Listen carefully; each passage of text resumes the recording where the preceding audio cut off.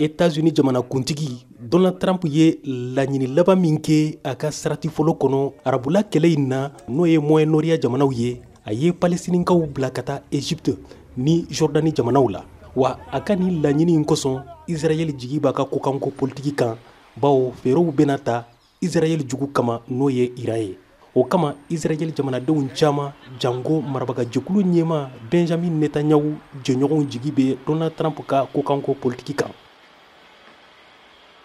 Ne dalen b'a la n'an ye baara kɛ ɲɔgɔn fɛ tugun an bena Ameriki ni Israël jɛɲɔgɔnya sinsin kosɛbɛ ka tɛmɛ fɔlɔ kan o la an bena se sɔrɔ Iran jatigibalenkɛlaw kan n'o bena kɛ sababu ye bɛn ni hɛrɛ bena an ka mara kɔnɔ.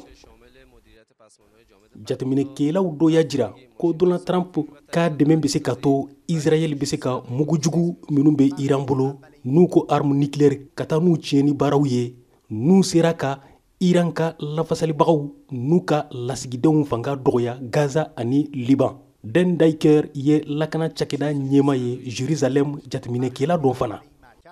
Israel very much needs the support cooperation. Israel mako bɛ dɛmɛ na kosɛbɛ jango Trump ka dɛmɛ walasa ka Iran fanga dafiri ani ka mugujugu n'o ye programme nucléaire ye k'u tiɲɛ. Finally, perhaps eliminate the Iranian regime leadership and its nuclear program.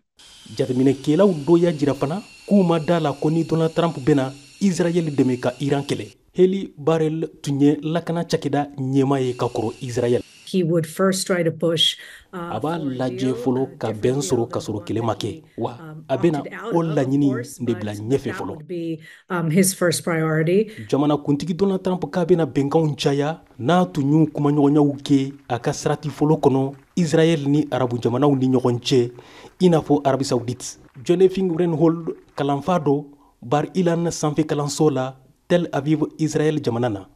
He wants to be the guy to do, the deal. A b'a fɛ ka kɛ mɔgɔ ye min bɛna san 100 in bɛnkan dafa wala bɛnkan bɛna sinsin Israel ni arabu jamanaw cɛ n'o bɛna kɛ sababu ye ka jɛ ka lakana sabati ka ɲɛsi i n'a fɔ Iran ni jatigibalenkɛlaw babagaliw ma. Trump ka hakili la a b'a fɛ Amerika dɛmɛ dɔɔni kɛ o siratigɛ la. He wants America to do less. Arabi Saoudite marabagaw y'a jira ko bɛnkan hɛrɛ kama u ni Israel cɛ o bɛna kɛ sababu ye Palestine ka kɛ jamana ye ni Israel marabagajɛkulu ma sɔn o ma o bɛ se ka bɛnbaliya nati Trump ni Israel ɲɛmɔgɔw cɛ. Dan Diker ka fɔ la jateminɛkɛla dɔ.